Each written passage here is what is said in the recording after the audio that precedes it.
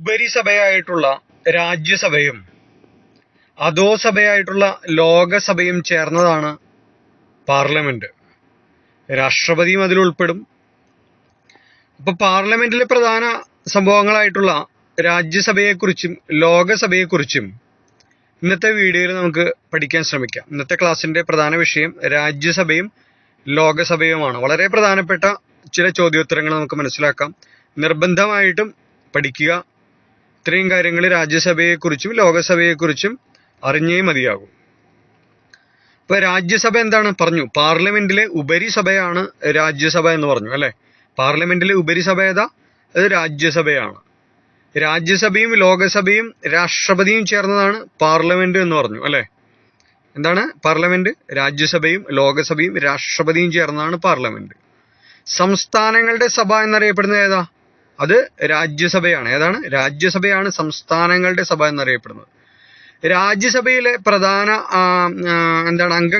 അംഗങ്ങളുടെ പരമാവധി അംഗസംഖ്യ എത്രയാണ്? അംഗങ്ങളുടെ സംഖ്യ രാജ്യസഭയിൽ പരമാവധി അംഗസംഖ്യ എത്രയാണ്? 250 ആയിട്ട് നിജപ്പെടുത്തിയിട്ടുണ്ട്. എത്രയാണ്? 250 ആയിട്ട് നിജപ്പെടുത്തിയിട്ടുണ്ട്. ശാസ്ത്രം, സാഹിത്യ, കല എന്നീ മേഖലകളിൽ മികവ് തെളിയിച്ച ആളുകൾ, സംഭാവനകൾ നൽകിയിട്ടുള്ള ആളുകൾ, അവരെ രാഷ്ട്രപതിക്ക് നോമിനേറ്റ് ചെയ്യാൻ സാധിക്കും രാജ്യസഭയിലേക്ക്. എത്ര പേരെയാണ് ഇത്തരം രംഗങ്ങളിൽ നിന്നും ഇത്തരം മേഖലകളിൽ നിന്നും രാഷ്ട്രപതിക്ക് എത്ര പേരെയാണ് രാജ്യസഭയിലേക്ക് നോമിനേറ്റ് ചെയ്യാനായിട്ട് സാധിക്കുക? 12 പേരെയാണ്. എത്ര പേരെയാണ്? 12 പേരെയാണ്. അതുപോലെ ഒരു അംഗത്തിന്റെ, രാജ്യസഭാ അംഗത്തിന്റെ കാലാവധി എന്ന് പറയുന്നത് 6 വർഷമാണ്. രാജ്യസഭ ഒരു സ്ഥിരം സഭയാണ്. രാജ്യസഭ ഒരു സ്ഥിരം സഭയാണ്. അത് മനസ്സിലാക്കണം. അപ്പോ ഈ രാജ്യസഭയുടെ പ്രധാനപ്പെട്ട കാര്യം എന്ന് പറയുമ്പോൾ രാജ്യസഭ എങ്ങനെയാണ് വന്നത്, അതിന് കാരണമായിട്ടുള്ള അനുച്ഛേദം ഏതാണെന്ന് ചോദിക്കാറുണ്ട്. ആർട്ടിക്കിൾ 80 രാജ്യസഭ നിലവിൽ വരാനായിട്ട് കാരണമായിട്ടുള്ള ഒരു അനുച്ഛേദം എന്ന് പറയുന്നത്. എന്നാണ് രാജ്യസഭ നിലവിൽ വന്നത്? 1952 മെയ് 13 തീയതി. എത്രയാണ്? 1952 മെയ് 13 തീയതിയാണ് രാജ്യസഭ നിലവിൽ വരുന്നത്. രാജ്യസഭയിലെ പരവതാനിയുടെ നിറം ഏതാണെന്ന് ചോദിക്കാറുണ്ട്. രാജ്യസഭയിലെ പരവതാനിയുടെ നിറം ചുവപ്പാണ്. ഏതാണ്? ചുവപ്പാണ്. എന്ത് ആകൃതിയിലാണ് അവിടെ ചെയറുകളുള്ളതെന്ന് ചോദിക്കാറുണ്ട്.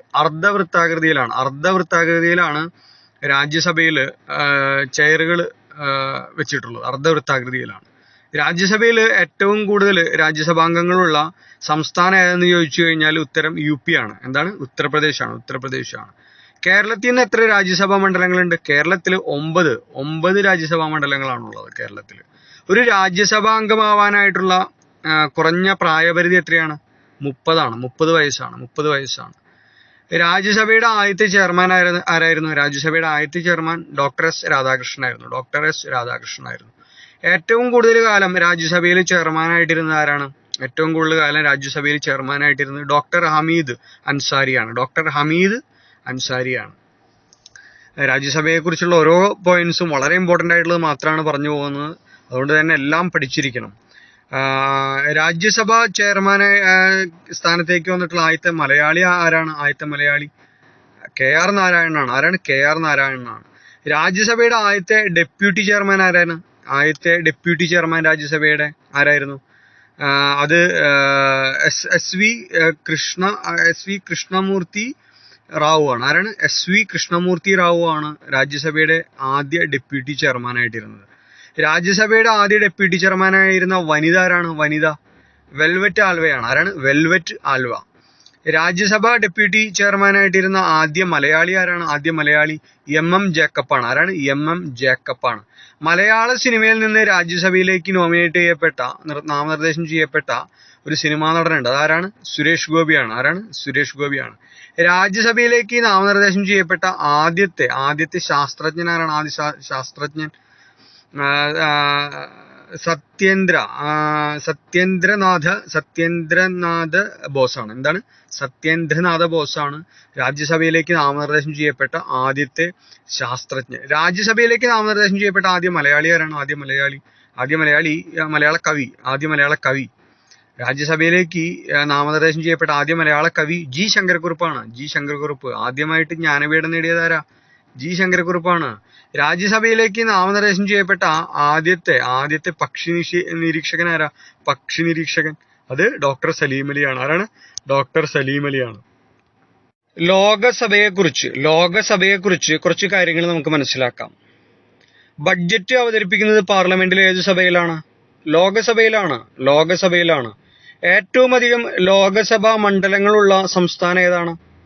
UP ആണ്, ഉത്തർപ്രദേശാണ്. നമ്മൾ രാജ്യസഭ പറഞ്ഞ സമയത്ത് പറഞ്ഞു ഏറ്റവും കൂടുതൽ രാജ്യസഭാ മണ്ഡലങ്ങളുള്ള സംസ്ഥാനം UP ആണ്, ഉത്തർപ്രദേശാണ്. അതുപോലെ ലോകസഭാ മണ്ഡലങ്ങളും അംഗങ്ങളും ഏറ്റവും കൂടുതലുള്ളതും ഉത്തർപ്രദേശാണ്, UP ആണ്. ഏറ്റവും വലിയ സംസ്ഥാനം ഇന്ത്യയിൽ UP അല്ലേ? ഏറ്റവും കൂടുതൽ ജില്ലകളുള്ളത് UP യിലല്ലേ? അപ്പൊ ലോകസഭയിലെ ആദ്യത്തെ ഡെപ്യൂട്ടി സ്പീക്കർ ആരാ? അത് പറഞ്ഞേ. ലോകസഭയിൽ ആദ്യത്തെ ഡെപ്യൂട്ടി സ്പീക്കർ ആരായിരുന്നു? M അനന്തശയനം അയ്യങ്കാറായിരുന്നു. ലോകസഭയിലെ ആദ്യത്തെ ഡെപ്യൂട്ടി സ്പീക്കർ M അനന്തശയനം അയ്യങ്കാറായിരുന്നു. ലോകസഭയുടെ ആദ്യത്തെ സ്പീക്കർ ആരായിരുന്നു? ലോകസഭയുടെ ആദ്യത്തെ സ്പീക്കർ വളരെ ഇമ്പോർട്ടന്റ് ആയിട്ടുള്ള എല്ലാവർക്കും അറിയുന്നതായിരിക്കും അല്ലെ? ആരാണ്? GV മൗലങ്കാറാണ്. ലോകസഭയിൽ GV മൗലങ്കാറിനെ പറ്റിയിട്ട് നമുക്ക് കുറച്ച് പഠിക്കാനുണ്ട്, എടുത്തു പഠിക്കണം ആളെക്കുറിച്ച് മാത്രം. അത് നമുക്ക് വേറൊരു ക്ലാസ്സിൽ ചെയ്യാം തന്നെയായിട്ട്. ലോകസഭ നിലവിൽ വന്ന വർഷം ഏതാ? ലോകസഭ നിലവിൽ വന്ന വർഷം പറഞ്ഞേ. 1952 ഏപ്രിൽ 17. ഏതാണ്? 1952 ഏപ്രിൽ 17 ലോകസഭ നിലവിൽ വന്നത്. ലോകസഭയുടെ അധ്യക്ഷൻ ആരാ? സ്പീക്കറാണ്. എപ്പോഴും ലോകസഭയുടെ അധ്യക്ഷൻ സ്പീക്കർ ആയിരിക്കും. രാജ്യസഭയുടെ നമ്മൾ പറഞ്ഞു ആരാണ്? ഉപരാഷ്ട്രപതിയാന്ന് പറഞ്ഞു. ഉപരാഷ്ട്രപതിയാണ് അല്ലെ? ലോകസഭയുടെ അധ്യക്ഷൻ ആരാണ്? അത് സ്പീക്കറാണ്. ലോകസഭയുടെ ആദ്യത്തെ സ്പീക്കർ ആരെന്ന് പറഞ്ഞേ? ആദ്യത്തെ സ്പീക്കർ ആരാ? GV മൗലങ്കാർ പറഞ്ഞില്ലേ? അത് പഠിച്ചു വെച്ചോളൂ. ലോകസഭയുടെ അധ്യക്ഷൻ ആരാണ്? സ്പീക്കറാണ്. വിവിധ സംസ്ഥാനങ്ങളിൽ നിന്നുമായിട്ട് ലോകസഭയിലേക്ക് എത്ര അംഗങ്ങളെ നമുക്ക് തിരഞ്ഞെടുക്കാൻ പറ്റും? എത്ര അംഗങ്ങളെ തിരഞ്ഞെടുക്കാൻ സാധിക്കും? 530 അംഗങ്ങൾ. എത്രയാണ്? 530 അംഗങ്ങളെയാണ് തിരഞ്ഞെടുക്കാനായിട്ട് സാധിക്കുക. ലോകസഭാംഗം ആവാനായിട്ട് ഏറ്റവും കുറഞ്ഞ പ്രായപരിധി എത്രയാണ്? 25 വയസ്സാണ്. എത്ര? 25. രാജ്യസഭയിലേക്ക് നമ്മൾ എത്രയാണ് പറഞ്ഞേ? 30 വയസ്സാണ്. 30 വയസ്സ്. എന്നാൽ ലോകസഭയിലേക്കോ 25 വയസ്സാണ്. ഏറ്റവും കൂടുതൽ കാലം ലോകസഭ സ്പീക്കറായിട്ടിരുന്ന ആരാണ്? ബൽറാം തന്താക്കറാണ്. ലോകസഭാ മണ്ഡലങ്ങൾ കേരളത്തിൽ എത്ര സീറ്റ് ഉണ്ട്? കേരളത്തിൽ എത്ര ലോകസഭാ മണ്ഡലങ്ങളുണ്ട്? 20 ആണ്. എത്ര? 20 എണ്ണമാണ്. ഇന്ത്യയുടെ ആദ്യത്തെ നിയമമന്ത്രി ആയിരുന്നു? ഇന്ത്യയുടെ ആദ്യത്തെ നിയമമന്ത്രി ഡോക്ടർ BR അംബേദ്കർ ആയിരുന്നു ഇന്ത്യയുടെ ആദ്യത്തെ നിയമമന്ത്രിയായിരുന്നു. ലോകസഭയിലെ പരവതാനിയുടെ നിറം എന്താ? പച്ചയാണ്. രാജ്യസഭയിൽ നമ്മൾ പറഞ്ഞു എന്താണ്? ഏത് കളറായിരുന്നു? ചുവപ്പായിരുന്നു അല്ലെ? പരവതാനിയുടെ നിറം രാജ്യസഭയിൽ ചുവപ്പാണെങ്കിൽ ലോകസഭയിൽ ഏതാ പറഞ്ഞേ? പച്ചയാണ്. ലോകസഭയുടെ കാലാവധി എത്രയാണ്? ലോകസഭയുടെ കാലാവധി 5 വർഷമാണെന്ന് പറഞ്ഞു. 5 വർഷം. രാജ്യസഭ ഒരു സ്ഥിരം സഭയാണ് അല്ലെ? പക്ഷെ ലോകസഭ അങ്ങനെയല്ലല്ലോ, അതോ സഭയാണ്. 5 വർഷമാണ് കാലാവധി വരുന്നത്. എത്രയാണ്? 5 വർഷമാണ് കാലാവധി. രാഷ്ട്രപതി ലോകസഭയിലേക്ക് എത്ര പേരെ നാമനിർദ്ദേശം ചെയ്യപ്പെടും? എത്ര പേരെ നാമനിർദ്ദേശം ചെയ്യാം രാഷ്ട്രപതിക്ക്? ലോകസഭയിലേക്ക് എത്ര പേരെ? 2 പേരെ. രാജ്യസഭയിലേക്ക് എത്ര പേരെയാ? 12 പേരെ. പറഞ്ഞില്ലേ? 12 പേരെ. കലാ, സാഹിത്യം എന്നീ മേഖലകളിലൊക്കെ സംഭാവന ചെയ്ത ആളുകളെ രാഷ്ട്രപതിക്ക് നോമിനേറ്റ് ചെയ്യാം രാജ്യസഭയിലേക്ക്. അത് 12 പേരെയായിരുന്നെങ്കിൽ ലോകസഭയിലേക്ക് എത്ര പേരെ? 2 പേരെയാണ്. ഇന്ത്യയുടെ ആദ്യത്തെ ഉപരാഷ്ട്രപതി ആരായിരുന്നു? ഇന്ത്യയുടെ ആദ്യത്തെ ഉപരാഷ്ട്രപതി ഡോക്ടർ S രാധാകൃഷ്ണനായിരുന്നു. ആരായിരുന്നു? Doctor S രാധാകൃഷ്ണനായിരുന്നു. അധോസഭ എന്നറിയപ്പെടുന്നത് ഏതാ? അധോമണ്ഡലം എന്നൊക്കെ അറിയപ്പെടുന്നത് ഏതാണ്? ലോകസഭയാണ്. ലോകസഭയിലെ പരമാവധി അംഗസംഖ്യ എത്ര? പരമാവധി അംഗസംഖ്യ 552. എത്ര? 552 ആണ്. ലോകസഭയിലേക്ക് സംസ്ഥാനങ്ങളിൽ നിന്ന് അതുപോലെ രാഷ്ട്രപതി നോമിനേറ്റ് ചെയ്യണം എല്ലാം കൂടെ ചേർത്തിട്ട് എത്ര പറ്റും? 552 പേരെ. ലോകസഭയിലേക്ക് ആംഗ്ലോ ഇന്ത്യൻ പ്രതിനിധികൾ എത്ര പേരെ? 2 പേരെയാണ് ആംഗ്ലോ ഇന്ത്യൻ പ്രതിനിധികളെ തിരഞ്ഞെടുക്കാൻ സാധിക്കുക. ആർട്ടിക്കിൾ 331 പ്രകാരമാണ്.